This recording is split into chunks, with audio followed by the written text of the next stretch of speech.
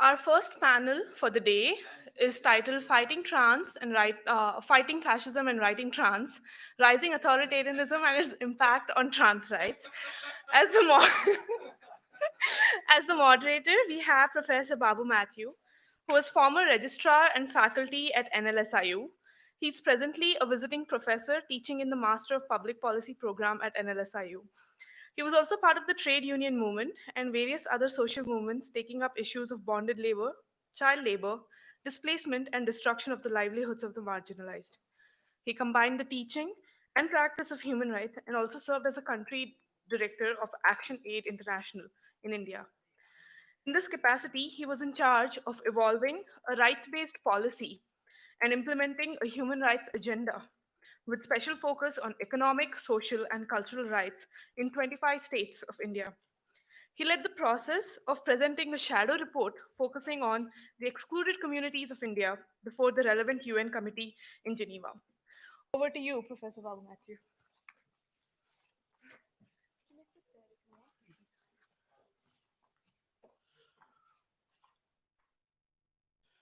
Dear friends, at the very outset, I must thank the organizers, Jaina and friends, for giving me this opportunity to be with this group. I think this is a very unique group, and I'm happy to be a part of this group.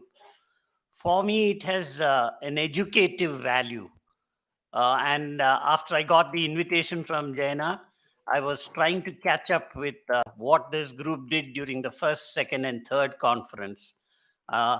It must have done good work if it is to get into the fourth conference. And after looking at that record, I was convinced. And while watching some of the videos connected with that, I must say it was a highly educative experience. Let me, without taking much time, get into the business straight away. The caption of this session is Fighting Fascism, Writing Trans, Rising Authoritarianism and its Impact on Trans Rights. So the experts on trans rights are there in the panel, and we are all being invited to look at the question of fighting fascism. So may I straight away suggest a question for all of us to address? Is it possible to, fight for trans rights without addressing the questions of fascism and rising authoritarianism in the present context? And I think the ones who can answer this question are on the panel. And I'll request the panelists to address it. In terms of our program for the day, I think it may be appropriate to ask the panelists to speak for about 15 minutes each, because this session is 1 hour and 15 minutes. And after that, we can open it up for discussions. So I'll begin by requesting the first person on the panel to come on and give us an understanding. I would like to, let me see whom, I will invite Anindya Hajra, is that all right? There's no particular order. Yeah? I'll just give me half a second. Anindya Hajra is a trans feminist, transgender rights and social justice activist based in Kolkata, whose friendship with trans feminism has spanned about 2 decades.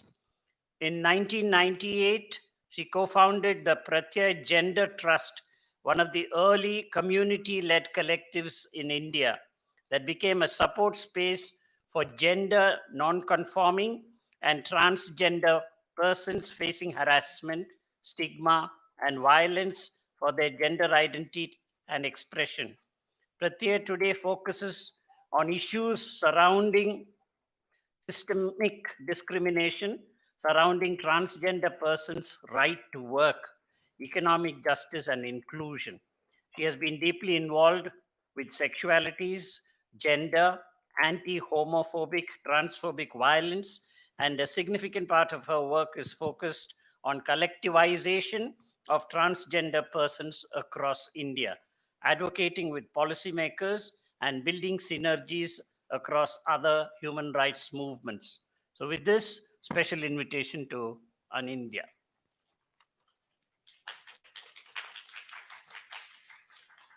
It's a real honor and a privilege to be introduced by Professor Matthews.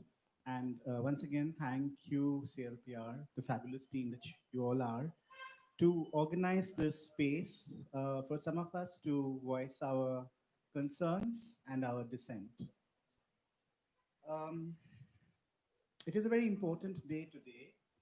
And I remember when Jana and I, we were speaking about the possibility of a physical meeting and we were discussing the dates.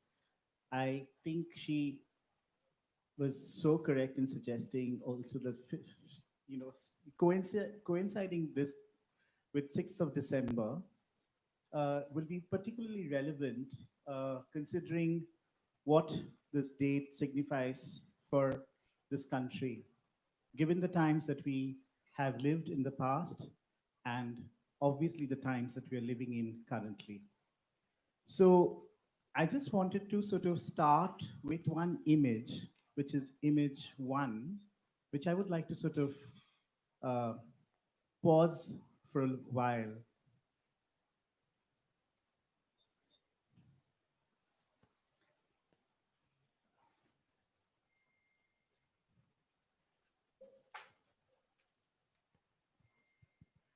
So I do not have a structured sort of a presentation. It's going to be more of, I'm going to sort of share some of my thoughts on this particular, on the curious case of trans rights.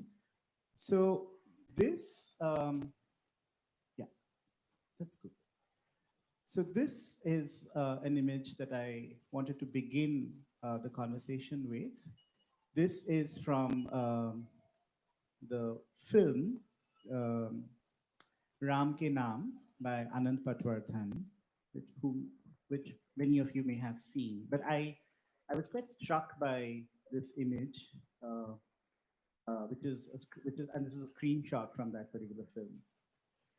Okay, so I just want to cut to 2014 because I want to talk about what 2014 and meant for us, those of us who are connected with the issue of trans persons' rights.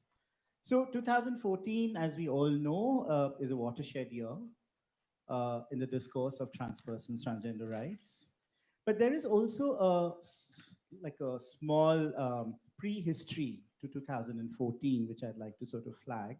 And I would like to bring it to the NALSA petition that was filed by the Legal Service Authority. And I just wanted to talk, sort of point to two facts. And this is that there were two petitioners. There was petitioner number 1, who was Pujaya Mata Nasib Kaurji Women Welfare Society, which was a society, which was a registered association, which sought relief in respect of the Kinnar community, and this I'm quoting, a transgender, a TG community. The second petitioner was Lakshmi Narayan Tripathi, who claimed to be a hijra and has also got impleaded so as to effectively put across the cause of the members of the transgender community, and Tripathi's life experiences also for recognition of their identity as a third gender over and above male and female. Tripathi says that non-recognition of the identity of hijras, a TG community, as a third gender, denies them the right of equality before the law and equal protection of law guaranteed under Article 14 of the Constitution and violates the rights guaranteed to them. The reason I'm reading these two specific references out is because I'm going to sort of talk about the shift that happens since the petition was filed and since the verdict was pronounced in April 2014. So of course, we know, again, another cut. So this is going to be like a film with a lot of jump cuts. So there's going to be a lot of jump cuts. No, I don't want this image to be screened now.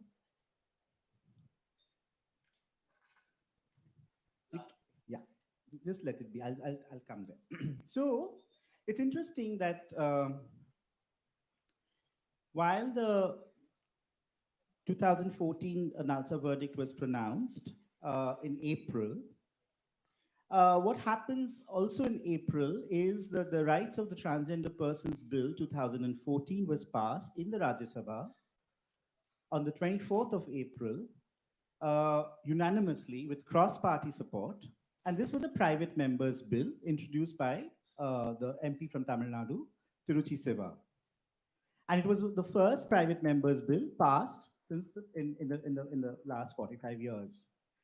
Okay, so these are just basically mileposts that I'm sort of flagging. In May 2014, 26 May to be precise, the NDA government with Prime Minister Narendra Modi is sworn in. So I'm kind of curious about these timelines. We know the government is sworn in.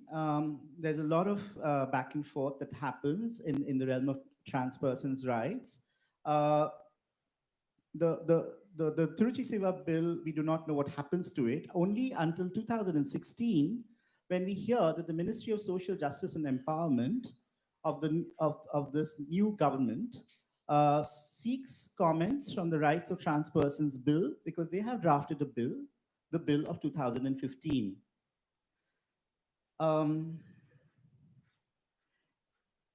Yeah, so they draft this bill in 2015. They seek responses. Responses do come in, and in August 2016, the Trans Persons Bill 2016, the 2016 edition, is introduced in the Lok Sabha, and on a preliminary reading, there are many aspects of this bill which remained as problematic as ever, and some were in direct violation of the Supreme Court's Nalsa ruling. So we kind of witnessed from 2016 onwards the sort of flip-flop that the state starts doing.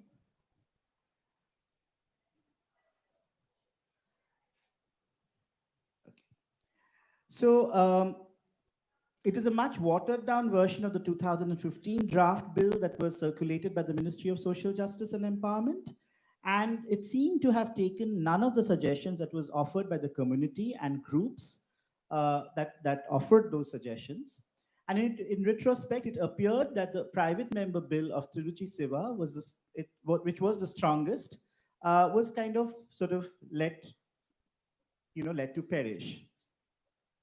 Okay, cut to November 2018. A video was available in the public domain. The video is no longer available on that URL. And 2 days following this video, on 6th of November, the national daily Indian Express, through its article, writes that the Kinnar Akhara bats for the Ram temple in Ayodhya, second term for Prime Minister Modi. And here, the news report sort of quotes that the Akhil Bharatiya Sant Samiti invited the Kinnar Akhara for the first time. This shows the openness of the Vedic Sanatan Dharma and that it is open to the transgender community. Today, it was clearly said, Jo Ram ka hai, wo hamara hai. He who belongs to Ram is ours too. And this quote is attributed to Acharya Mahamandaleshwar Lakshmi Narayan Tripathi, who is the head of the Kinnar Akhara, as the Indian Express reports. Claiming that her presence in the Akhil Bharatiya Sant Samiti meeting on the Ram temple issue was not limited to the specific cause, Tripathi said, and she adds, and I quote, "This is a cause for millions of Sanatanis whose self-respect and dignity is being unconstitutionally taken away by the policies in the country, the state, and central governments." She adds that Ram Mandir is one of the biggest issues for which so many down the years and even today feel sad about. Tripathi also said that it was unconstitutional that temples, mutts, Our religious places were governed by the government. It is against the constitution of this country, and still we are quiet. Ram Mandir has to happen, and it will happen. And referring to the Supreme Court verdict on Section 377, Tripathi added, whether anybody is gay, lesbian, transgender, whatever is anybody's sexuality, the biggest thing is the Hindu Sanatan Dharma. And the Sanatan Vedic practice has never questioned anyone's sexuality. Our religion has space for everyone. It takes everyone along. The Akhada, she reported, is now set to participate in the Dharm Sabha in Ayodhya, also called by the Akhil Bharatiya Sanatan Samiti on the Ram Temple issue on November 25th.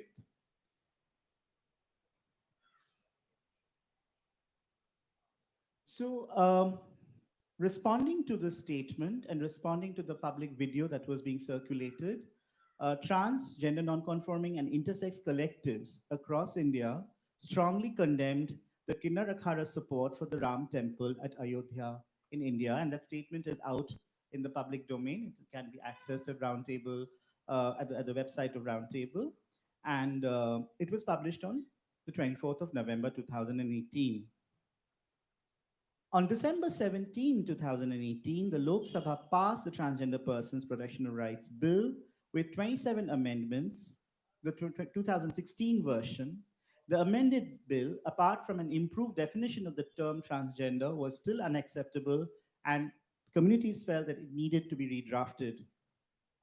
Ignoring the critiques of the 2016 bill and subsequent recommendations of the Parliamentary Standing Committee, the bill got passed on December 17, 2018. Meanwhile, we have noticed that in 2017, there were countrywide protests by transgender and gender non-conforming communities and intersex persons.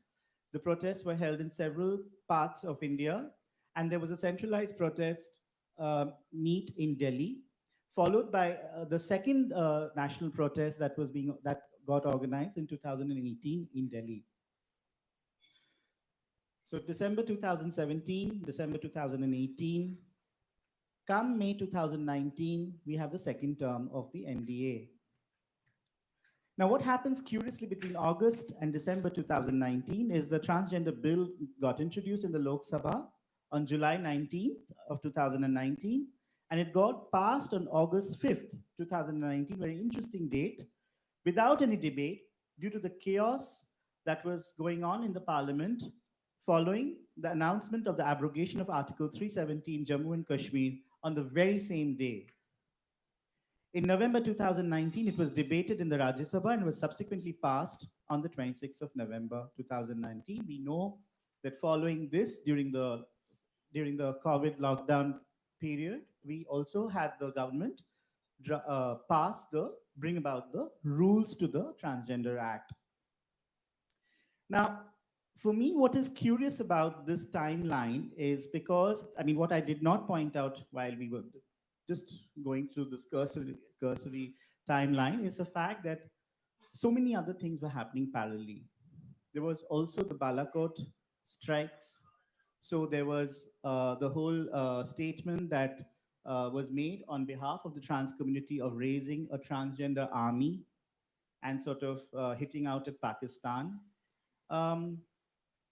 And the growing incidents of violence against Dalit, Bahujan, and trans persons, trans murders that were all happening parallelly, and not a single word, not a single statement came out from the person whose otherwise public statements I just read out. Now, it's interesting because I sort of, I see a parallel with the curious, this for me is the curious case of trans rights as it posits itself in the country today. Because today we have the National Council of Transgender Persons, which is a non-democratic body in the sense that it has not been convened with consultation by the larger transgender communities of India.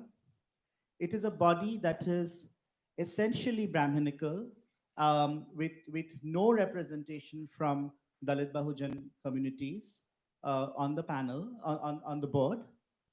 It is also a panel that many have expressed their fears and apprehensions that it follows a certain ideology, and the membership that has come is based on the ideological affiliations to the uh, to the Hindu right.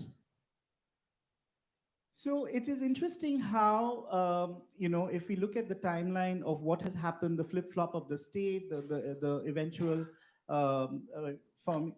the passing of the Trans Act and the formation of the rules. And if you sort of draw this parallel, if you sort of do these jump cuts with snippets and moments from what is happening parallelly in the country, it is a story. It is something that is for all of. I mean, it's very clear as daylight. I want to sort of therefore go back to the images that I've sort of selected, and for me, and these images are of course over a certain timeline, and I can talk about the timeline. And so this is an image that we are all perhaps very familiar with. This is 2002, post Gujarat, or when Gujarat was happening. Post Godra. This is 2002. Next image, please.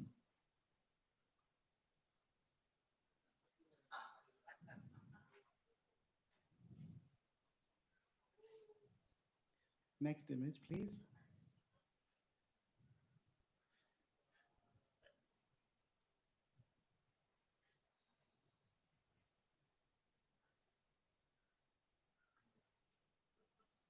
This is the poster from, again, Anand Patwardhan's film, Father, Son, and Holy War.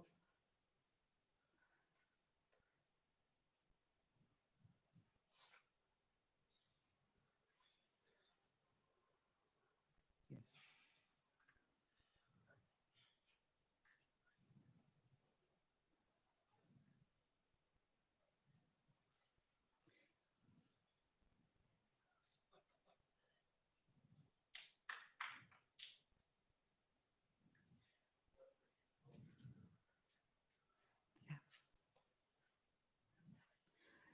This is something quite interesting. This was forwarded in this meme, which is perhaps a very well circulated meme that was circulated in one of the trans groups, WhatsApp groups that some of us are members of. This takes off from Mahabharata. This is a conversation between Dhritarashtra and Sanjay. Sanjay is someone who has the divine vision to see what is happening in the Kurukshetra war, and is therefore narrating the story to Dhritarashtra, who is visually impaired and is relying upon Sanjay's version of the war.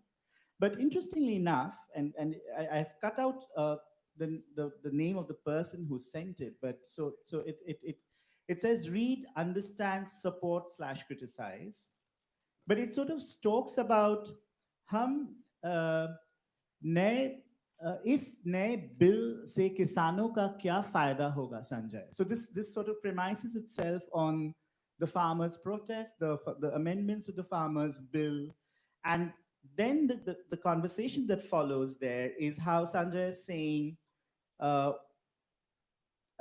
is talking about the supposed benefits of these amendments to the farmers' bill, the farmers, and so Dhritarashtra asks a very important question. So why are they protesting? And then he flips the account from Mahabharata and sort of flips it and says, I can't read it. Can this be sort of? It says, किसान अगर इंद्रप्रस्थ में फसल बेचेगा तो शकुनी का commission चला जाएगा महाराज और हस्तिनापुर का revenue.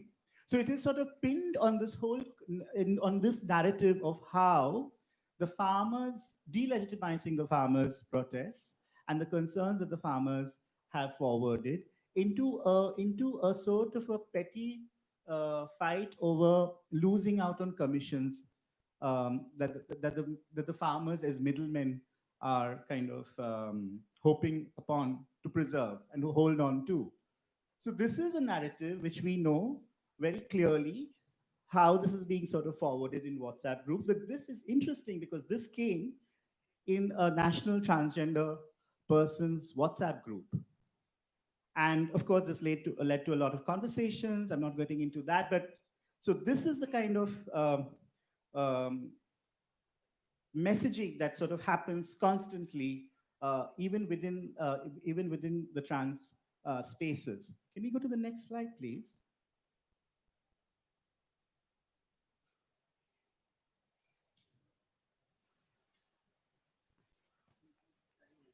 Yeah. So I just have just a moment.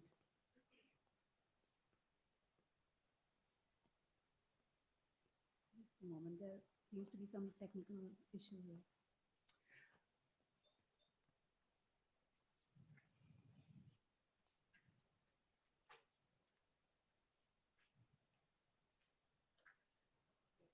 Okay, so I'll stop here. Just a second. So this again is a poster that got forwarded into the trans group. It says, the maker of the world's first National Council of Transgender Persons, Social Justice and Empowerment Department, Government of India. We have the name of the person circulating it, who is a member of the council, and with due credits in place.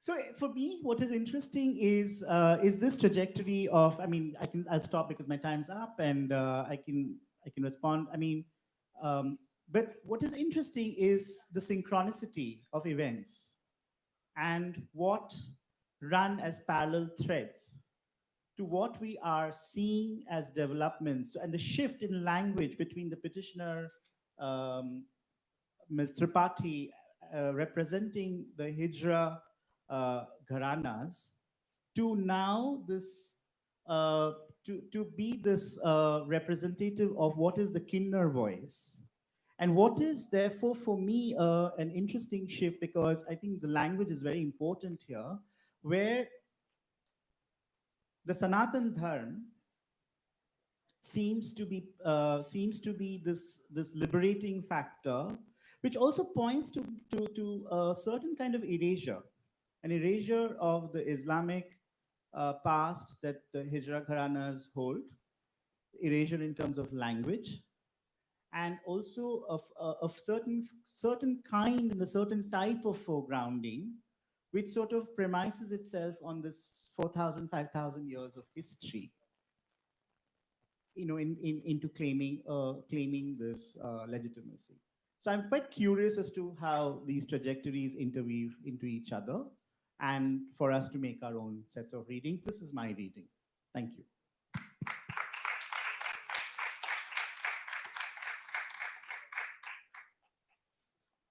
Thank you, Anindya. Maybe now go on to the next speaker. The topic is towards a practice of abolition of transphobia. And I request Vikramaditya Sahai to kindly engage with us. VK Sahai, she is also referred to. Sahai is a research associate at CLPR, and VK has previously worked as faculty at the Gender Studies Department, Ambedkar University, Delhi, and as a consultant on a project to study non-normative sexuality and gender, housed at the Advanced Center for Women Studies at the Tata Institute of Social Sciences, Mumbai. Over to you.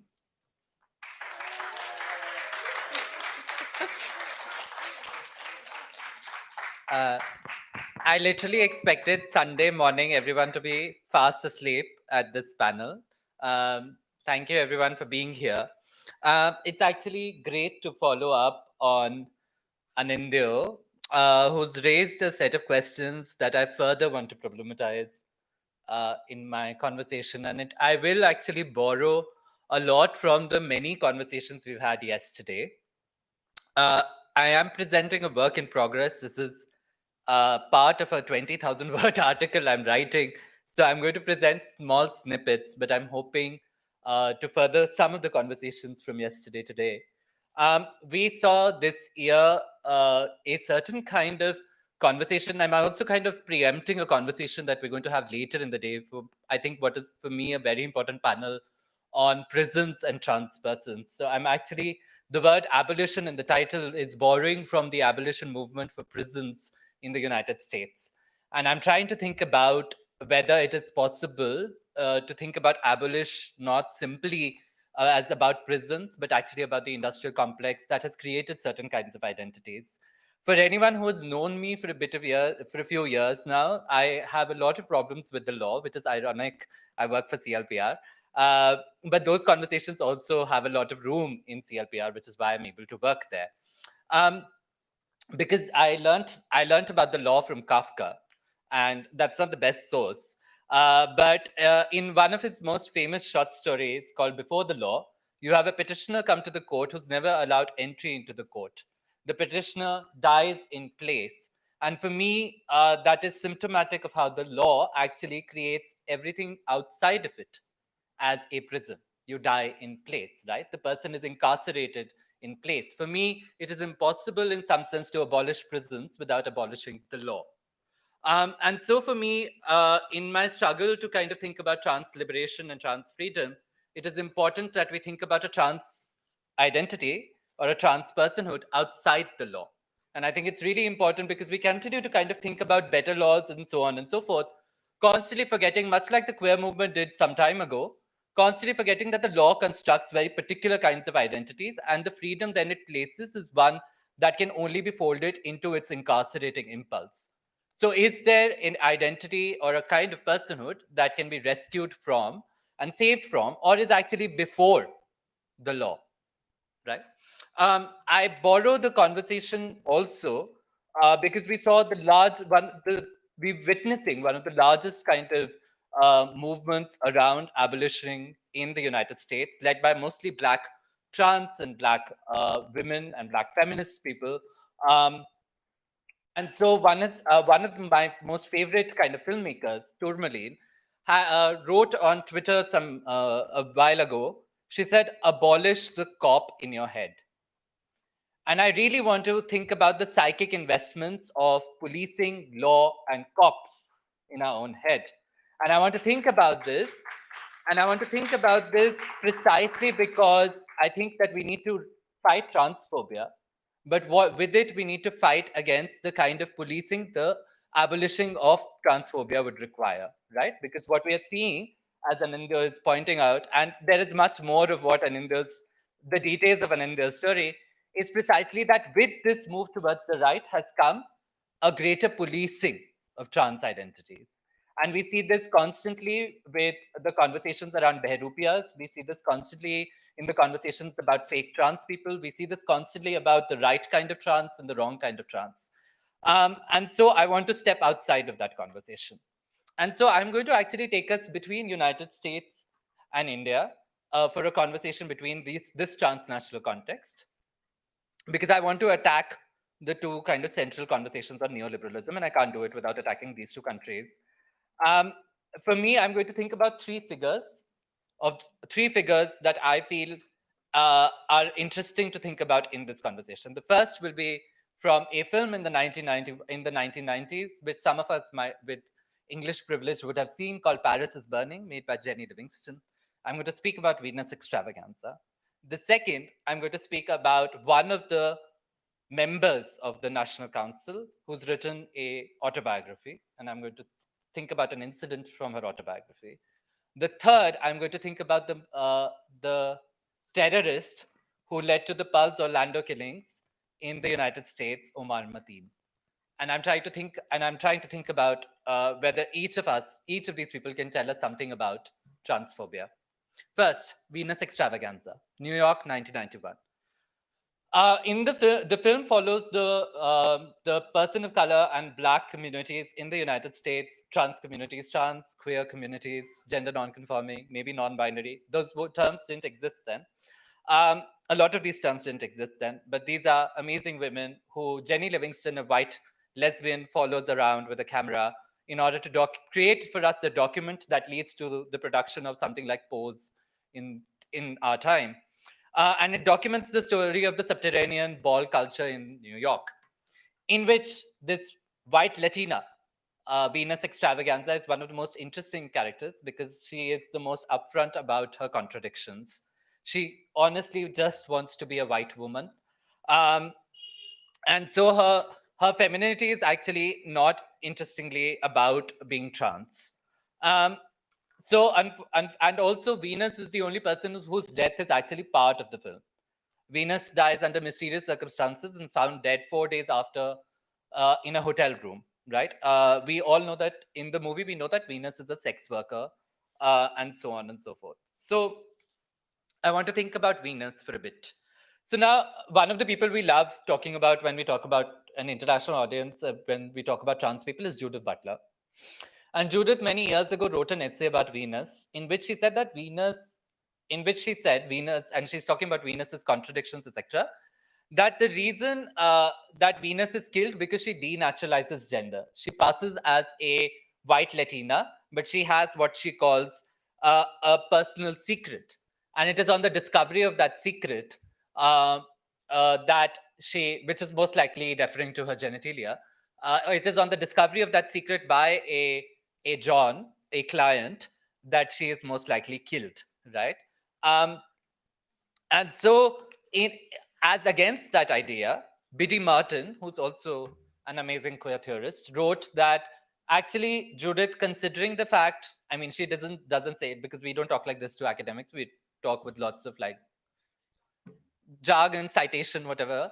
But I'm trying to take some liberty here.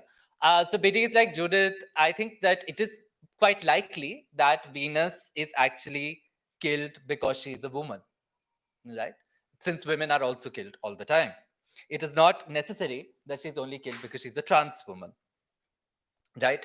And I want to actually think about the fact that even though the conditions of Venus's death are never revealed in the film, both Judith and Biddy have a conversation about the fact that it must be gender that has killed her.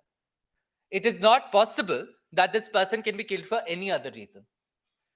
Gender, in some sense, totalizes any story we want to tell about Venus, right?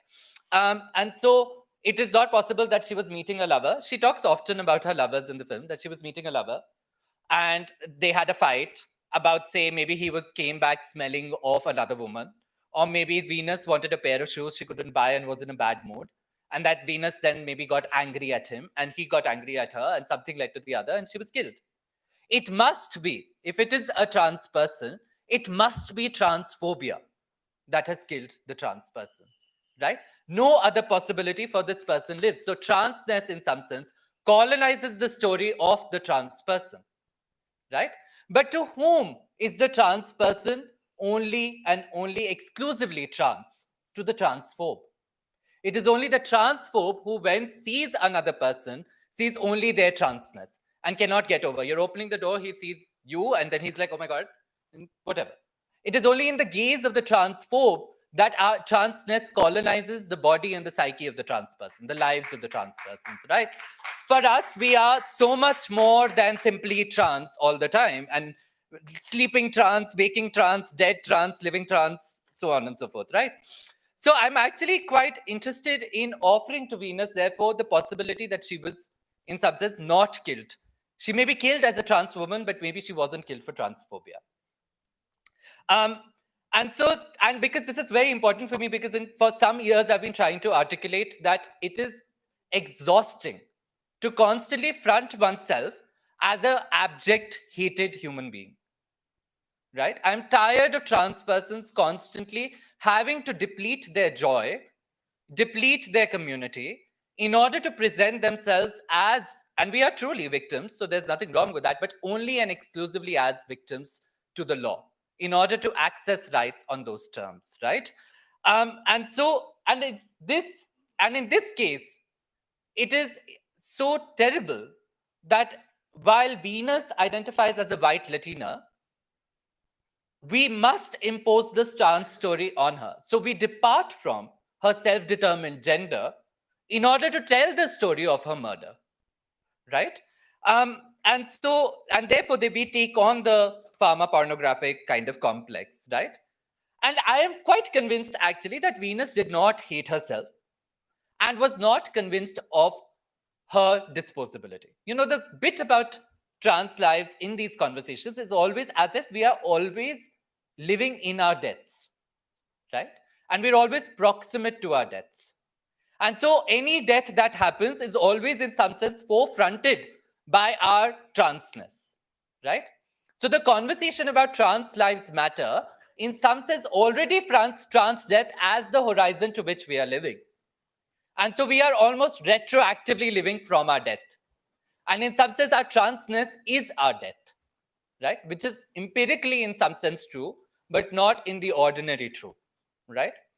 And so for me, I take on Saidiya Hartman's suggestion that the future of abolition must first be performed on the page, that we must first write our stories as if we were already free. Because if I was to write my story as if I'm already dead, then I'm falling into the complex that I'm trying to resist. And I don't think that there is anything interesting there, right? But I also, therefore, want to suggest, secondly, and to contradict myself, that maybe we want to think of passing that which Venus does itself as an act of trans erasure, right? I'm suggesting that this relies on a particular understanding of the idea of the normative, where we, instead of thinking of the normative as one that is a statistical average that cuts across, we think of the normative as housed in some bodies and the non-normative as housed in others, right? So then let's think about this. Transphobia comes to be located in some bodies and transness comes to be located in others, right?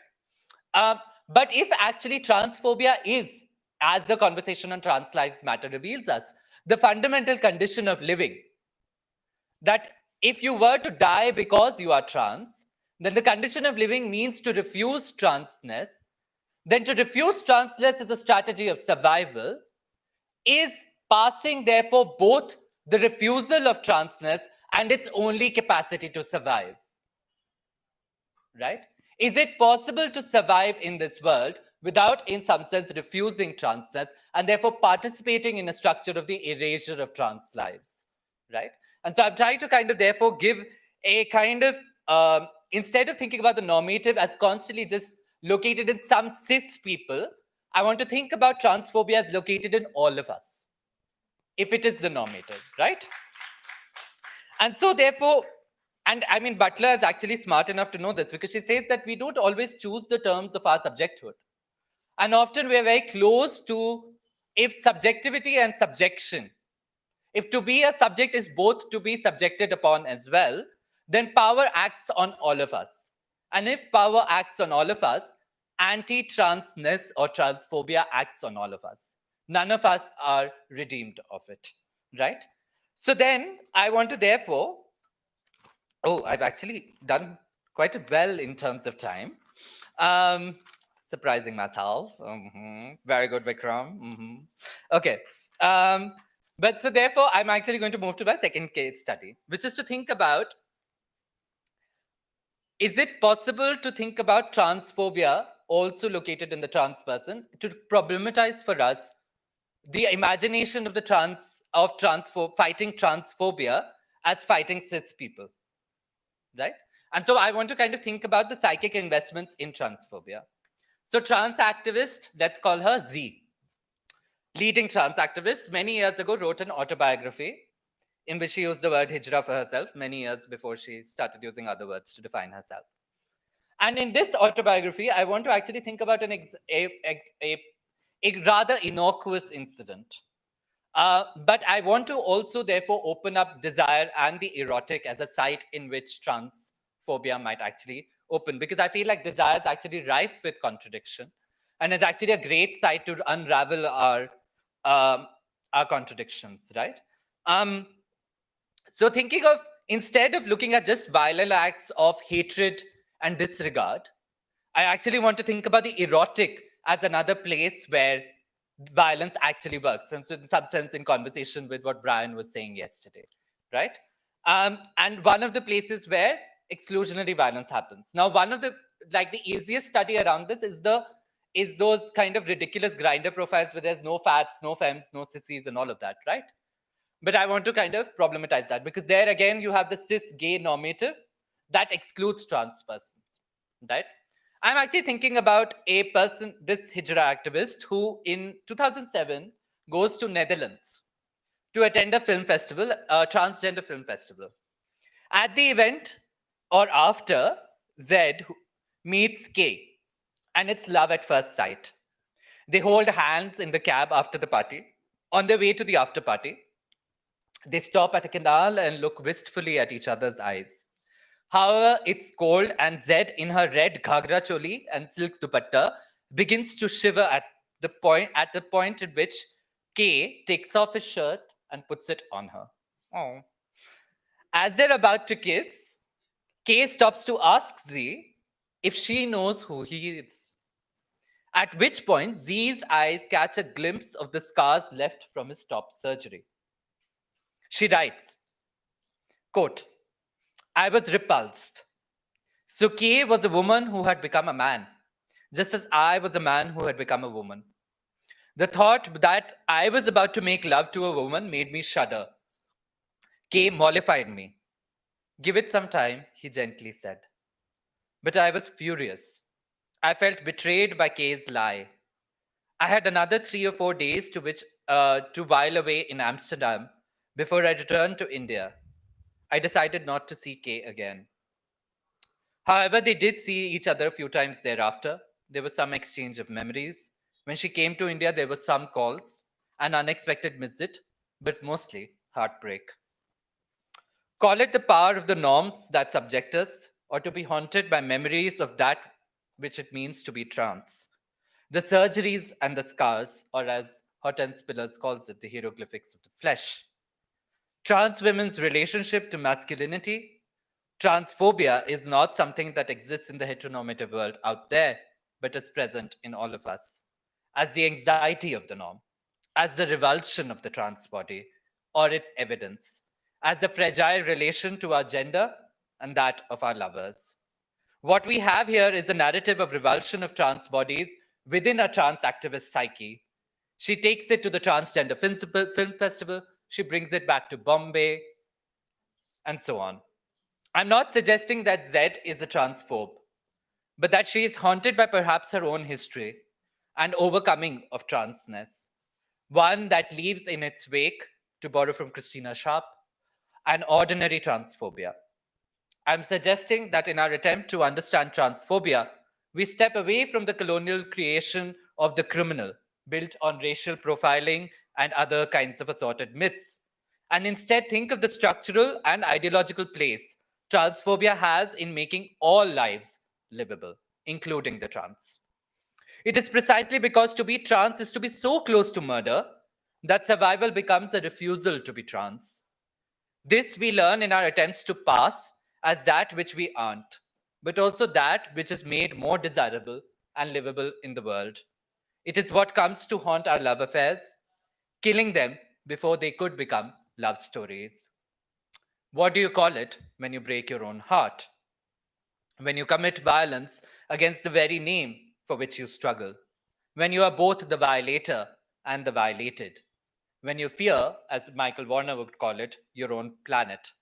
What I'm trying to say is that Jacqueline Rose, who's a famous psychoanalyst, gives us an idea of the word resistance. Now, resistance in a European context refers often to the resistance to the Nazi Germany, right? But resistance in psychoanalysis is that which blocks. Resistance in psychoanalysis is that which thoughts. It is what you resist in your speech. And the work of analysis is to open that passageway, right? So then, in some sense, psychic resistance can thwart political resistance. The trans person can resist the very norms with which they're trying to build worlds. The trans person, who should know more than anyone else what self-determination of gender is and why it is a necessary political freedom, may refuse it when it's near intimate, and ready to kiss. Trans persons may know the phantasmical nature of all gender and yet not desire it. At the exact moment of recognition of trans identities globally, and their difficult lies even by the right wing regime in India, Zed's narrative asks that we pause to look at the subject of our politics. Rather, we undo both the subject and the politics. If the struggle is for recognition of trans persons, then any resistance must recognize their complex personhood. I borrowed this term from Avery Gordon, who kind of is thinking about Patricia Williams and Toni Morrison when she's writing this. If, on the other hand, the resistance is one to address the violence of the normative and the psychic states that oppress, exploit, and violate their vulnerability, then perhaps we might have to let go of the subject as the site of politics, or at least not hold to the subject to some fidelity as the only site of our politics. Third, Omar Mateen, Orlando. On June 12, 2016, Omar Mateen walked into Pulse, Orlando with an automatic rifle, killing 49 Latinx, queer, and trans persons of color. The club was holding a Latin night, so those who died belonged to a particular racial and ethnic history. Soon after the killings, news came that Omar had some relation to ISIS or was doing this to avenge the US's global war on terror, as well as rumors circulated that Omar was seen to have been haunting the club before or had even slept with some people in the club. What began as breaking news of the largest mass killing of trans, Latinx, and QTPOC persons soon turned into the story of internalized homophobia, right? Because that's the story that was being peddled, that he was seen at the club, he had mixed with and flirted with various trans people, and now he was killing them. So this kind of killing was seen to be an internalized transphobia that was being acted out. Omar's father, in response to speculations about his son's relation to ISIS, confessed to seeing Omar visibly disturbed on seeing two men kiss previous to the killings. Omar's religious identity, of course, couldn't just brush off the allegations, where Islam once again was pitched, including by then running presidential nominee Donald Trump, as an intolerant and murderous religion. When accused of plotting with him on the attack, Omar's wife had confessed that they had an abusive relationship. The FBI eventually concluded that no evidence was found of Omar on gay dating apps or ever having visited Pulse before. It was, the FBI seemed to convince us, religious intolerance. I am interested in the evidence of things not seen, to borrow a phrase from James Baldwin. There seems to be no evidence of Omar at Pulse before the fateful night, nor any digital footprint of him on cruising apps, gay cruising apps. And yet, Latinx QTPOC people remember his face at the club and testify to having had sex with him. It is also not surprising that the denial comes from the FBI, an organization interested in serving the United States state interest and white supremacy. That the FBI would front the narrative of religious intolerance at a time where the US is involved in a global war, whose primary victims are Islamic communities and Muslim folks, is not surprising. While the history of persecution and minoritization does leave me with a felt intuition to not trust the FBI in its conclusive narrative, I also find internalized homophobia as an insufficient placeholder to locate the violence. If Omar is actually seen at the club and has slept with the people who say they have slept with him, then his relation to sexuality, whether we are comfortable doing it or not, should be given the same kind of complexities that we would give to any other queer person. Many Latinx QTPOC folks were also outed by the media in the wake of these shootings. And yet we do not make those jubilantly dancing that night before Omar changed so much for them as suffering internalized homophobia. See, one set of people get to be inside the closet and given dignity, but Omar is not. The drama and silence around our sexuality and gender is never simply one thing, nor does it move from the closet to pride. We tuck lovers into bed and cover them with our silence. We let our hair down and avoid the cameras. We keep 2 social media accounts. We dance jubilantly and don't tell our parents. A more out life isn't necessarily the overcoming of shame, nor does conflict over our feelings and desire necessarily take us to depression and annihilation, let alone to murder. We seek many incommensurate and incompatible things in our lives. Perhaps both the desire of our many lovers and the approval of religious and parental authorities. Internalized homophobia in this story functions to close the conversation that the narratives of those who had seen and slept with Omar offer to us. Omar's passing between the home, the club, and the global then becomes a simple thing: internalized homophobia, religious intolerance. The overcoming authority of religion over everything else. Religion colonizes everything, like gender. It performs the very erasure that the murder exaggerates. It condemns another to the same unidimensionality that we are killed for. In some sense, it makes Omar into a suicide bomber. But I don't have the time to kind of think about that conversation here. Because suicide bombing is an act of the final intimacy with the enemy, right? You die together. And don't lovers do that as well? Okay. Given all the grandstanding by the United States officials in mourning these victims, I cannot also help but notice how their deaths eventually fell in line so well with the ideological project of the United States: the perfect crime. A minoritized and disposable community murdered by an ideological enemy that can further justify the ideological project and hegemony of the United States. So much so that even Donald Trump was found grieving.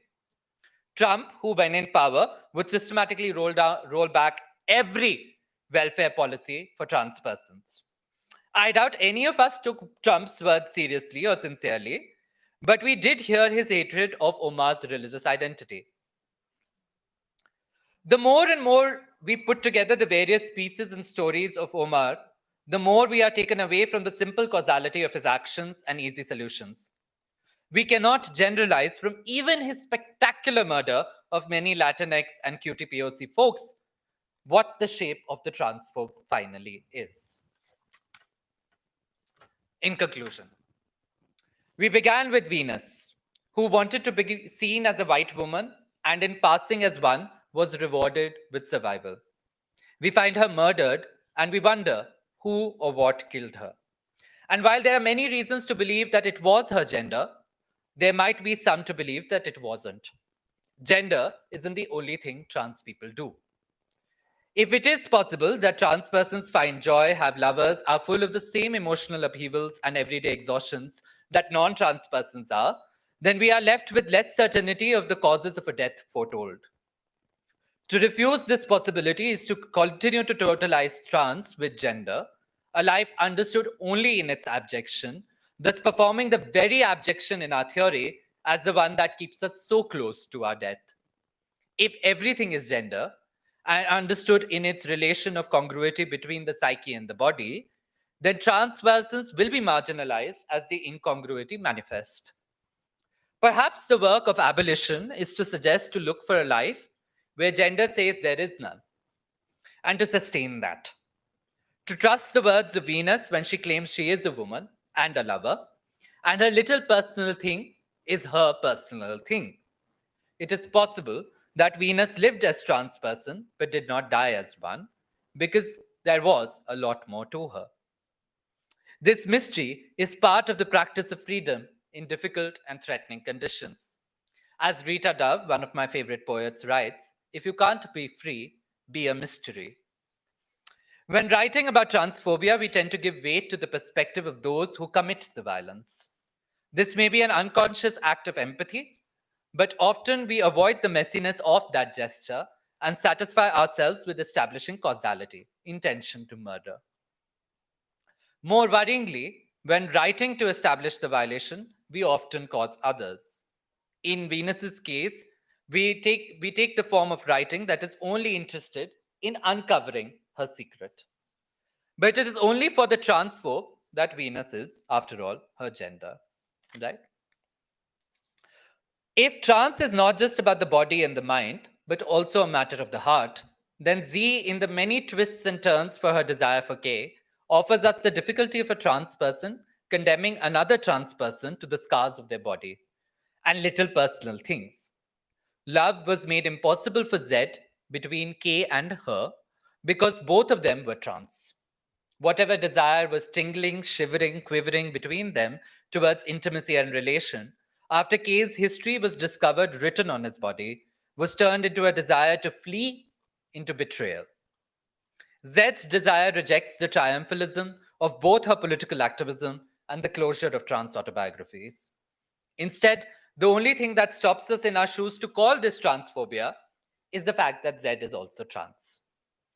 Perhaps it has triggered something in her own history, her own desires. Maybe she is haunted by it.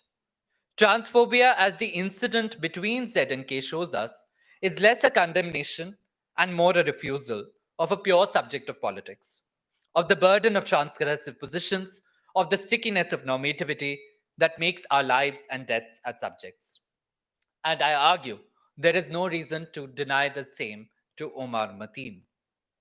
The FBI wants to pass him as an intolerant Islamicist, but the rumors around his desires asks us that we do not let the state overwhelm all possibilities. The same state that maintains the precarity of Latinx and QTPOC folks that led them to be murdered that night and did not offer any protection. Complexity does not endow innocence, already a legal category. It merely resists totalitarian impulses. It refuses to empower the very state that doesn't care about Latinx QTPOC folks and their families, withdrawing welfare here, detaining them there, rendering them disposable here, making them cheap labor there, and so on and so forth. To the state, Omar's religious identity was more valuable than the lives of the trans people who died that day. And again, this doesn't let Omar off the hook, but we shouldn't let the state continue its exploitation. The state had already minoritized the people we had lost that night. The struggle against transphobia cannot focus on the exceptional moment of their death, but must focus on how the state has rendered their lives disposable. In condemning Omar for the murders, it doesn't make the rest of the QTPOC lives and Latinx folks more livable. To address death, we must speak with life. We must struggle for the stuff that makes life comfortable, joyous, less fearful. Medicare, Social Security, free housing, end to police violence, and so on and so forth. Abolition isn't about the checking of prison violence. It is about the institutions that replicate carceral logics and reasoning, forces that make lives about deserving and undeserving, mattering and not mattering. The structures that, without external force, convince of the need to pass in order to survive. Those, without laying it, make some love stories about the law like love. Those that make grieving possible only in the denial of our abundance. Jai Bhim, Hul Johar.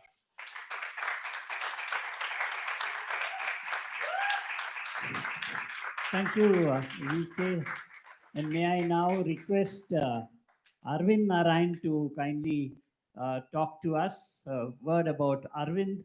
Arvind is a lawyer and an activist who was involved with the constitutional challenge to Section 377 of the IPC through its long journey till its culmination in 2018. He is the co-author of Breathing Life into the Constitution, Human Rights Lawyering in India, and co-editor of Law Like Love, Queer Perspectives on Law, and Nothing to Fix, Medicalization of Sexual Orientation and Gender Identity.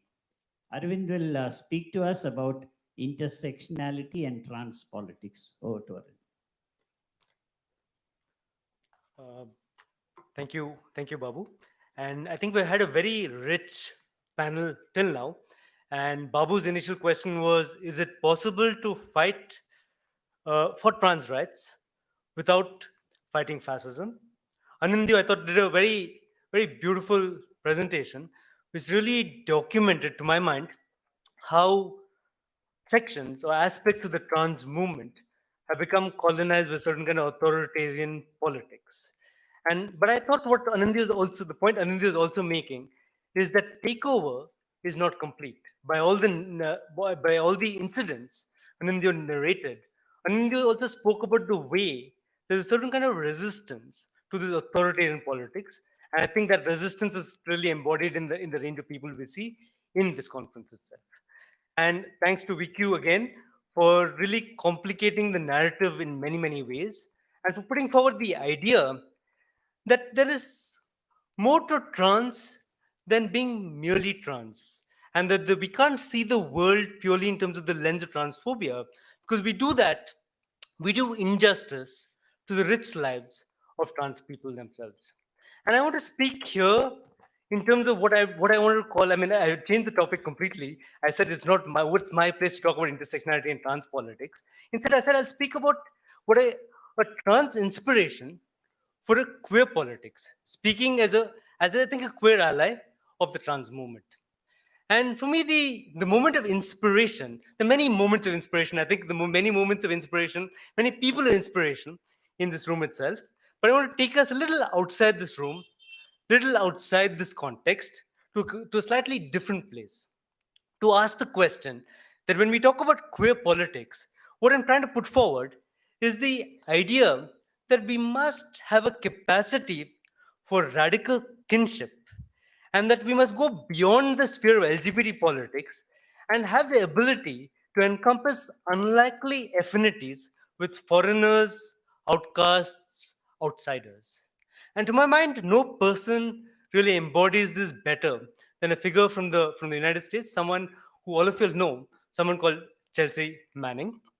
Chelsea Manning, for those of you who don't know, was an information analyst with the US Army, and she did something very remarkable. As a young person, I think 26 or 27 years old, she released the details of the war on Iraq, the war on Afghanistan, and diplomatic cables to Julian Assange, which was the famous WikiLeaks case. And why that was important again is we look at the record, what it indicates is that if you're looking at the Arab Spring, the reason the Arab Spring began is because the corruption of the Ben Ali regime in Tunisia was exposed. Why was the corruption of the Ben Ali regime in Tunisia exposed? It was exposed because Chelsea Manning had released these cables which spoke really about the kind of corruption of the Ben Ali regime. Of course, I mean, if you go against the most powerful country in the world, it's not going to be easy. And it wasn't easy for Chelsea Manning because she was arrested. She was confined in solitary detention for a long period of time. She spent over 9 months in prison, being tortured and being subjected to pre-trial detention. She was finally convicted and sentenced to 35 years in jail for violation of the Espionage Act. And I think the question which came to my mind is, why did she choose to go against the most powerful country in the world? Why did she choose to become a whistleblower in that sense? And it's interesting, you go back to her statements in the trial, she makes a very, very interesting point. I mean, she makes a very, very moving point. She speaks about in particular, the Iraq war, and she speaks about the way the US military really engaged with Iraqis. And the language, in a sense, I'll just read out to you what she says. She says when the US military was engaging, the language they were using was this. They dehumanized the individuals they were engaging meaning shooting, and seemed to not value human life, and referred to them as quote unquote dead bastards, and congratulated each other on their ability to kill in large numbers. At one point in the video, an individual attempts to crawl to safety. The person is injured, and the crew members ask for the wounded person to pick up a weapon so they can have a reason to engage, which is to shoot him. And again, this again is a story which, if you're working in the US military, I'm sure these stories come up again and again, and many people let it go, they ignore it, as it were. But for whatever reason, Chelsea Manning was unable to let that go, and it defined the way she saw it. And she said, I need to oppose this, or it's something which I have a problem with. And what does that tell us about her? It tells us that there's somewhere what you'd call a certain sense of, I would call it a certain kind of radical empathy, where she's able to establish a sense of kinship with people who are very distant in geographical and cultural terms. And she's able to take a what you'd call a very heroic stand against neo-colonialism. She wants to expose its brutal face, and she's in a sense what you'd call a dissenter in the best senses of the term. And I think this is important only for one reason, or one very important reason, which is I think the contemporary world that we live in, there's an impulse for all of us to retreat in the private and the personal. And the reason we want to retreat into the private and the personal is because the world outside is so difficult to really to deal with. That in a sense, if you want to engage with the world, you want to change the world, it's not easy. So many people feel that, the best thing to do is let's just focus on my private and my personal life. And maybe that's the best way to deal with the complexities of the world that we live in. But that's not the path Chelsea Manning took forward.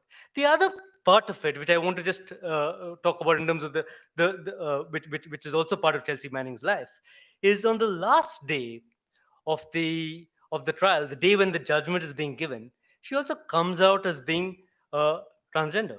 She says, as I transition to the next phase of my life, I want everyone to know the real me. I'm Chelsea Manning. I'm a female. Given the way that I feel and have felt since childhood, I want to begin hormone therapy as soon as possible. So, what is this journey? Is as much a journey outside in terms of how you empathize with the wider section of humanity, as it is a journey inward in terms of Chelsea Manning discovering who she is as she transitions from a soldier called Bradley Manning to someone called Chelsea Manning. So you see the sense that, again, Vque's reference to the idea of freedom. What is the notion of freedom? The notion of freedom, as far as Chelsea Manning is concerned, is the freedom to live in the gender of one's choice. It's equally the freedom to live free from the wars of the deep state. And this story, in a sense, to me, was a remarkable story, and for which she was sentenced, as I said, to 35 years in jail. And maybe President Obama, in one of his few good deeds, commuted a sentence and for 7 years imprisonment. And you'd imagine that you've been through 7 years of imprisonment. You're done with this. You've paid your debts, in a sense, to working on these issues which matter to you.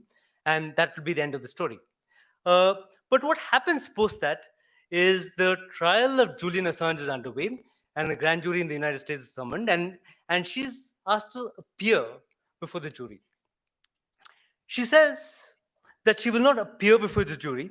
She says, we've seen this power of the jury, grand jury, abused countless times to target political speech. I have nothing to contribute to this case, and I resent being forced to endanger myself by participating in this predatory practice. So she says, I want to appear before the jury. Not appearing before the jury obviously has legal consequences, which is both imprisonment and fine. And she is sent back again to prison. And from her testimony, you get the sense that when she's sent back into prison, she's begun the process of transitioning from male to female. And again, I'll just read out to you what she says.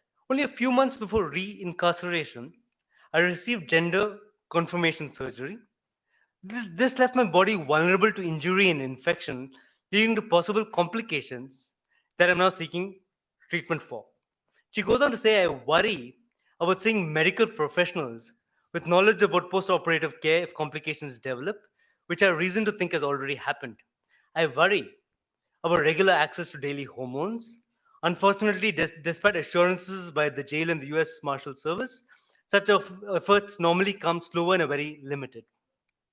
I requested outside professionals at my own expense over 3 weeks ago. Despite this, I remain unseen by professionals competent to treat me. Every passing day further complicates my medical care and health, exposing me to permanent, intractable complications. Again, the question then is, if all these are the problems, surely she knew the problems that she'll face. Why did she go ahead against the US military? And again, the answer really lies in the fact that, again, it's a very, very powerful notion where to her, being trans is very, very important. But equally important is what you'd call her strong moral compass. I read to you again what she says. She says, each person must make the world we want to live in around us where we stand. I believe in due process, freedom of the press, and a transparent court system. I object to the use of grand juries as tools to tear apart vulnerable communities. I object to this grand jury in particular and as an effort to frighten journalists and publishers who serve a critical public good. I have had these values since I was a child, and I've had years to confinement to reflect on them. For much of the time, I depended for survival on my values, my decision, and my conscience. I will not abandon them now. So I just want to end with that note, just to make the point that sometimes where we get a sense of hope and inspiration is from the lives of individual people. We get a sense of what the notion of politics itself might mean. And thank you. And what Chelsea Manning's story tells us is that we can move beyond what you'd call a single issue politics. That to be trans or to have an imagination of trans politics can be a way of engaging with the world at large. Again, the idea here is there among people a love of the world? What do you mean by love of the world? Which means that do you engage with the wider issues in the world which matter to you? That gets back again, I'll end with this, it gets back to Professor Mathew's beginning question, that is it possible to fight for a trans politics without fighting fascism or without fighting authoritarianism? I don't think the answer is self-evident, but I think the answer is something which will emerge in the process of a certain kind of a struggle. If there are people who believe that our issues are interlinked, that you can't delink a trans politics from a queer politics from the fight for a more just or a more free world, then it is the question of how we get together and build or cultivate that form of politics which believes that until every person is free, no person is free. And we have to fight to cultivate that form of politics. And I think that's a task really which we set ourselves as far as the future is concerned. I'll end with that. Thank you.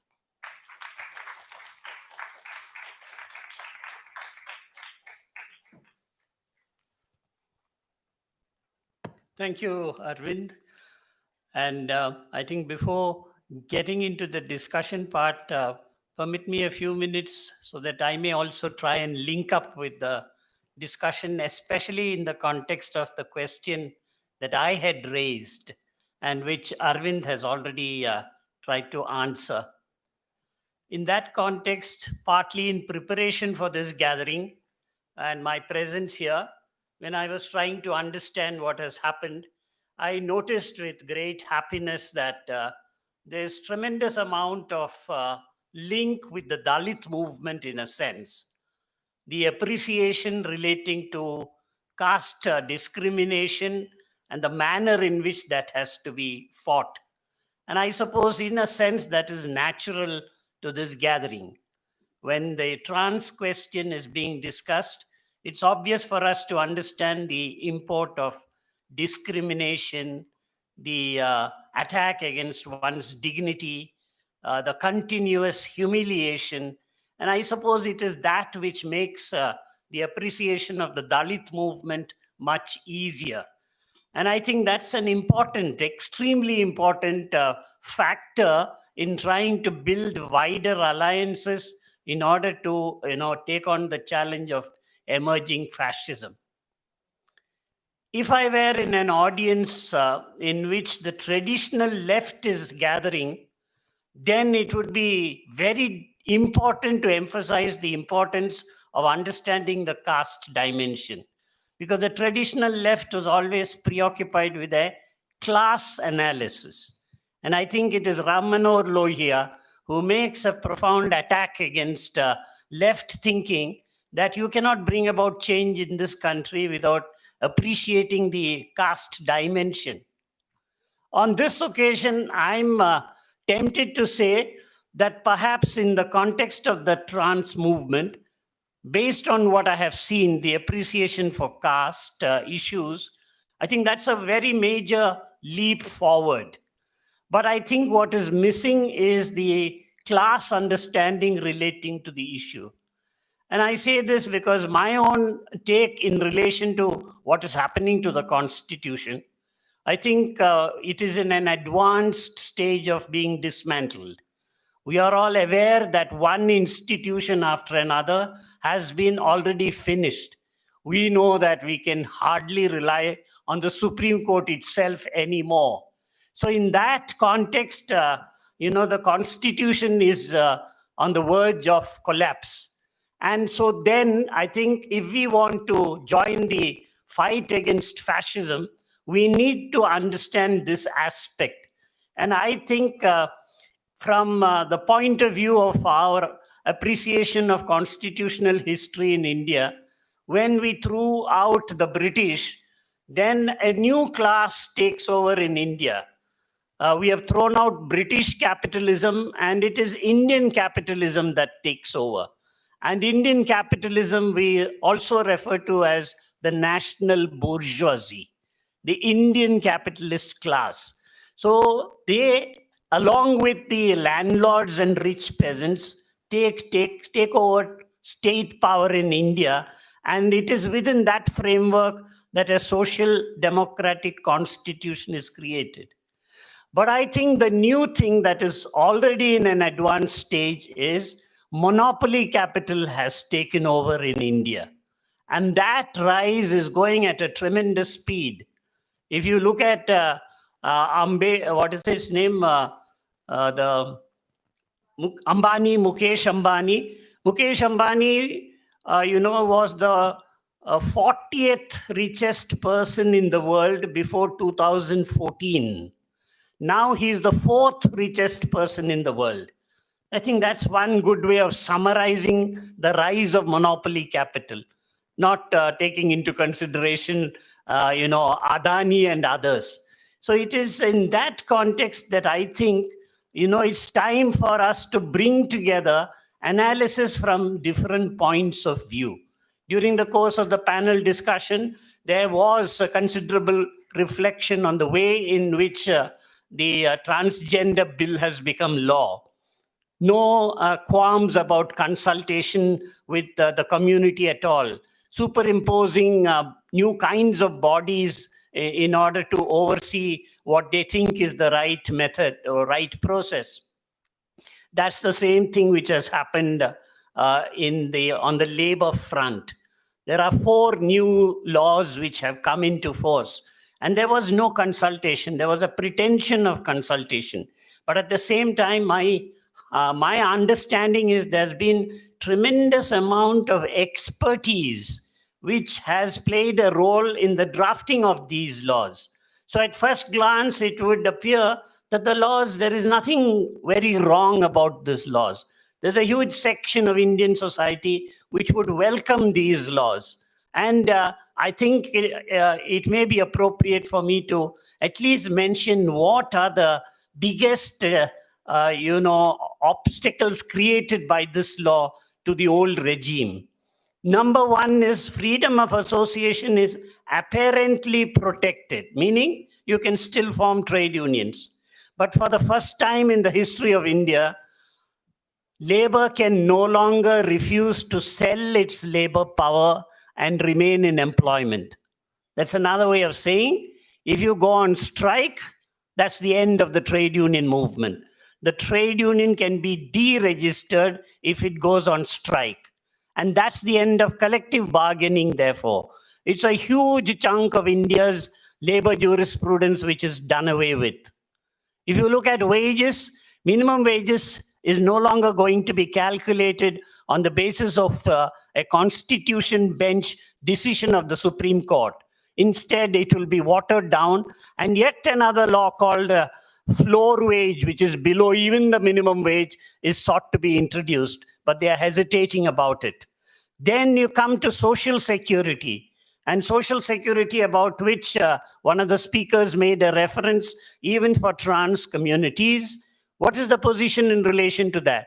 So far as 7% of the workforce in India is concerned, you will have fairly good social security. You'll have Provident Fund, you will have ESI, you will have maternity, you'll have gratuity, you'll have workman's compensation or its equivalent.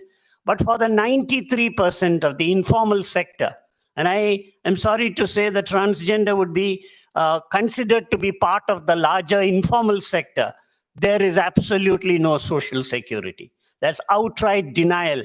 There is a pretension and there's public relations in order to make it appear that we are extending social security to everybody. The fourth attack was on working hours. And there was an attempt to say that we will change the 8-hour limit, which was laid down by the Factories Act several times, especially through an amendment which Dr. Ambedkar pushed in, brought into force. But on that issue, and I think that is interesting for those of us who are engaged in resistance, in order to try and suggest that resistance is not something which is useless. What happened when the attempt to remove 8 hours, that is to replace it with indefinite working hours, the ILO protested against it. And very strangely, the Indian state thought perhaps that is too much. And so that part of the law, the proposed amendment, has not been pushed through. So the 8-hour limit remains, though whether overtime must be paid for working beyond 8 hours is doubtful. In short, what is happening to labor legislation is part of a larger framework of completely altering democracy so far as working people are concerned. And if you look at what is happening to the farmers' agitation, which is just now going on, there also it is about the 3 new laws which are being brought into force. If these 3 new laws come into force, then the farmers will, above all, lose their right to remunerative price. As you are aware, minimum support price is the single issue. And the resistance of the farmers as of now, as at this moment, is a very powerful, unprecedented resistance. They are not willing to talk to the government as to what amendments they want to the 3 new laws. They're saying we want it to be repealed. And yesterday they have said, we will observe silence as a form of protest. We don't want to talk to you at all. So the demand is an outstanding demand under very difficult circumstances. But may I point out the lack of building alliances even within the farming community. Along with minimum support price should also come the demand for the public distribution system. And along with that should come the demand for minimum wage. The farming community consists not only of farmers, it also consists of agricultural labor. Their demands don't find a place. So in this heroic strike of the farming community, they have ignored somebody from within the farming community. And that is further evidence of the fact that every struggle of ours in India today is a fragmented struggle. It is true of the trade union movement. Trade unions knew only how to take care of the organized sector. So the fragmentation continues. And it is in that scenario that the challenge of building wider alliances arises. And the hope of building a rainbow alliance must be thought of in this context. And so the real challenge is, how do fragmented struggles come together?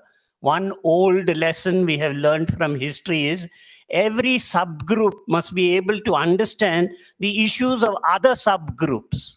That is the only basis for building a strong alliance. And it is in that context that this extraordinarily high quality discussion on transgender is valuable.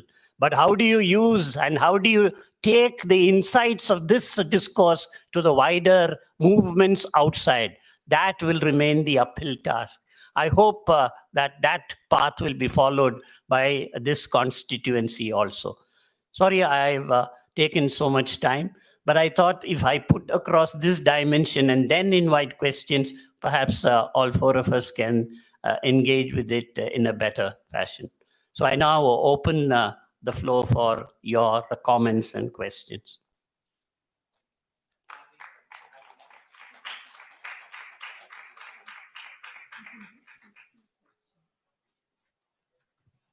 Hello. Yeah. I might take a little bit of time.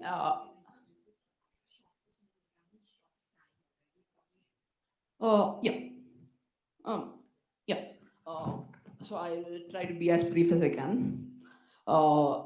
Since we talked about one trans person who was incarcerated, Chelsea Manning, like, how do we look at like trans folks in inside the prison system and uh, like like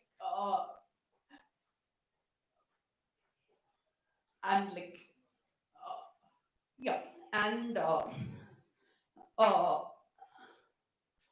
and one form of transphobia we don't quite uh, I'm sorry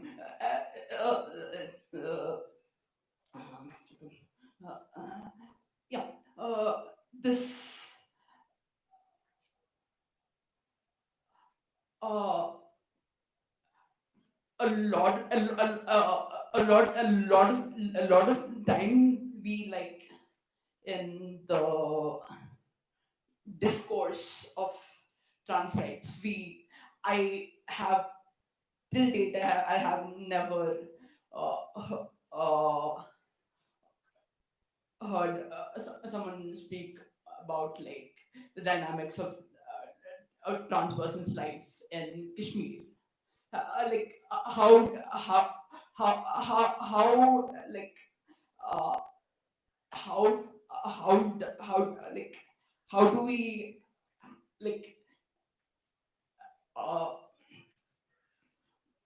work on this like extreme injustice that is done by us and yeah, I had other things to say on but like on the on uh, yeah and this is a comment rather than a question on based on my involvement in the CAA protests. I have observed that like there is an alliance being formed with like for example like in the sit-in protests inside uh, in Bangalore. I was like staying there and like for multiple days like protesting and like they like they used like I saw cishet uh, uh, highly traditional old Muslim men use my name and my pronouns and like in ways that like some people and even in the uh, like e- and on the same hand we have seen that some people within the queer community which who I will not name have then named an a trans person who has been incarcerated. So like uh, there is this while we talk about the rising the rising Indian right, we should I think we should also talk about how the right wing queer people are gaining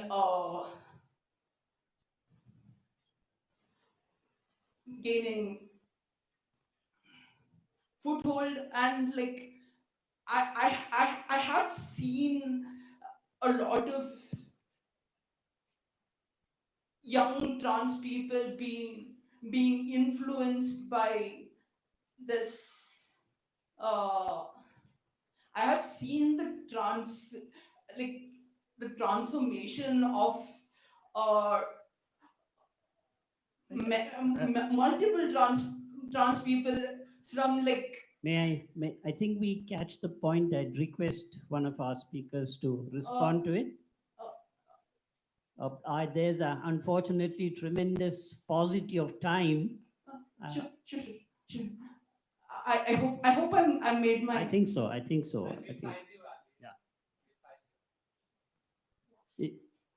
Do we take one or two more questions and one question more? Yeah, I'll keep it as brief as possible. This one's directed to Vqueeram. I really appreciated your take on viewing through a transphobic lens and how that overpowers trans identity over everything else. So in the context of that, I just wanted to know what your response would be in the context of both the thousands of not deaths but murders that have occurred worldwide, regardless of US, Brazil, India, Malaysia, specifically targeted towards trans individuals, and also trans panic and gay panic being used as a legitimate defense in several courts around the world for justifying murders. So when we're looking at this complex understanding of correlation is not causation, and every individual's lives are so multifaceted and complex that you cannot truly determine the factors of what causes their death or what causes violence. So how do we now go ahead and fight against transphobia when the waters are a little more murky than clearly saying that all of this happened because of transphobia, and therefore it's a clear target for us to go against? Yeah, I think I'll have to request the speakers. There is tremendous shortage of time. So who will take the first one? Arvind, yourself?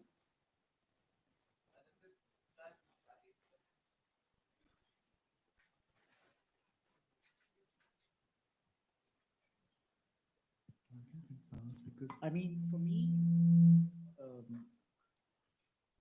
I don't know if my response would be, would classify as a sort of a direct answer to the question that you have posed.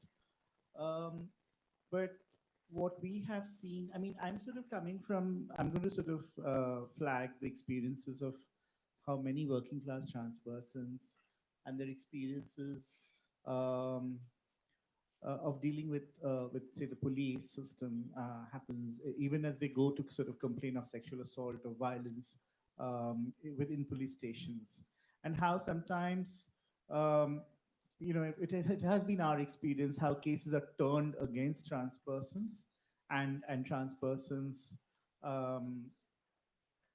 then become perpetrators, and so that is sort of left unquestioned in quite problematic ways. About we have seen recently at what happened at the Mumbai Pride. I mean, we have witnessed to the fact how this growing homo trans nationalism, as I see it, is kind of making it as a dangerous space for many of us, and it really compromises our own senses of being. It compromises our own senses of being able to hold conversations. And it is sort of pushing us to a certain kind of precarity, which I don't think we have witnessed, or at least I have witnessed ever before. There are, we have been threatened as trans persons by trans persons with enormous power, or at least power to have been invested upon them within these structures, to now invoke, things like the NRC or the CAA to sort of to kind of to talk about how we can be um, punished for or thrown out for sort of daring to speak back. So yes, we are witnessing that enormously within ourselves within these times right now. I mean, that's what I'll keep it at that for now. Thanks, Abby, for your question. And I think we've seen around the country in terms of the anti-CAA protests, there's been a strong involvement with the trans groups and the LGBT groups who have been part of the anti-CAA protests. There's obviously the certain component which is quite clear, where we can see that the NRC will have very, very negative implications as far as trans people are concerned. There's no ambiguity on the point. So obviously, we should be a part of those protests. There's no doubt about it. There's also a larger ethical imperative, which I saw in the fact that people choose to protest against the CAA. And we saw that again in the case narrated by Anindya, where in Bombay, people saw the protest against the NRC and the CAA as part of a larger coming together around the defense of the values of the Constitution. And I think recently, I think Akai was there in the protest 2 days ago when we had this entire protest against the UP ordinance. And Akai's entire statement in the protest was this is about the right to love. And the right to love is something which has come from the way Akai put it, from the LGBT community and the LGBT movement, sanctified in a sense by the Navtej judgment. And that's the language which we're taking forward in the broader sense of struggle itself. So I think again, I'll go back to the point. I think it is in balance. Anindya is very, very right to point out to the fact that there's a kind of inroad which the right wing has made into this entire queer domain, which is very serious and which we have to understand very, very seriously. At the same time, there is a resistance to that form of politics, and I think that struggle is underway. I think we don't have the comfort anymore of saying that the battle is out there. The battle is as much within as it is out there. Abby, I have many things to talk about. My housemates are incarcerated because of their participation in CAA. They have the UAPA put against them. I have many personal things to say. So I'll come back to you because it's just making me emotional and I want to kind of talk about that.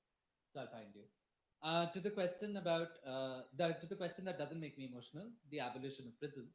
I I have a couple of things. One, I think I have always been skeptical of the law as a response.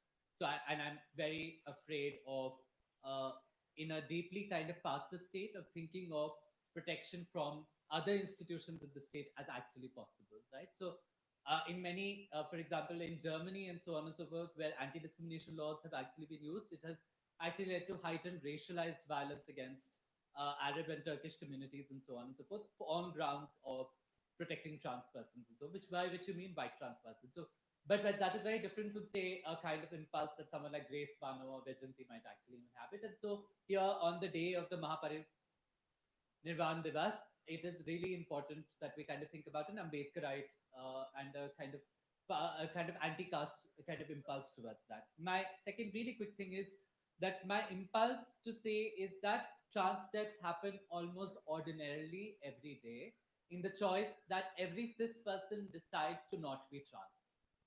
I just don't get it. I don't get how cis people have consented to this non-consensual relation to gender, right? And so every day you decide to not wear the skirt, you decide to not, women decide to shave their arms and so on and so forth. Every day transness dies in the world in the most kind of ordinary ways, right? It is refused, it is erased.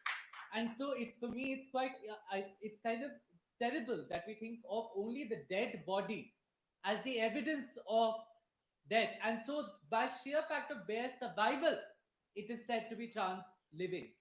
But I refuse to think of survival as the opposite of death. I want trans flourishing, freedom, liberation. And any life less than that is not a life worth living. My friends are in prison and they're living, but that's not a life I want for them, right? And so for me, it is so important that we think about the conditions of our freedom and not simply kind of think about death and life as those kinds of thresholds. And so my final thing, unfortunately, is my problem with trans resilience. Resilience means that we will always be here. No. It is some kind of ridiculous imagination that politics, which I will have a fight with Arvind about politics later, because I don't think Chelsea is making political decisions. Because on both grounds, what Chelsea is saying about her transness and about her moral compass is that it came to her as a child. And it's a pre-political kind of vocabulary. Politics is precisely what has condemned her and led to her incarceration. So I'm thinking about a kind of refusal of politics as the site of doing the work of thriving in freedom. And so I want to actually think about all the things that we do not value as political things: couragelessness, helplessness, vulnerability, weakness, and so on and so forth. I want without actually thinking about the fact that trans people do this with so much courage is why we are killed, right? Because we show such exceptional courage that it kills the other person's masculinity or whatever it might be. And so without actually kind of thinking about weakness, helplessness, immobility, paralysis, and a kind of persons with disability perspective towards how to actually survive in the world that is not political, because politics is ableist, I do not think that we will actually end up at these conversations, which is why someone like Donald Trump not only makes the statements around trans persons, but also laughs at the person with disability reporter, right? It's not, they're not separate things. So what would a form of collectivization, organization, agitation, education look like that is not about the thriving resilience of farmers and the thriving resilience of trans communities, but about weaknesses, helplessness, and actually the sheer fronting of the vulnerability that has led to their refusal of life? And without actually taking fundamentally the conditions that make us these fleshy things, that the ability to be pierced and heartbroken, I do not think that we will actually come to a conversation about freedom. So thank you, friends. Thank the panelists and the audience for their patient listening, and the organizers for bringing all of us together. Thank you. Before you even get others.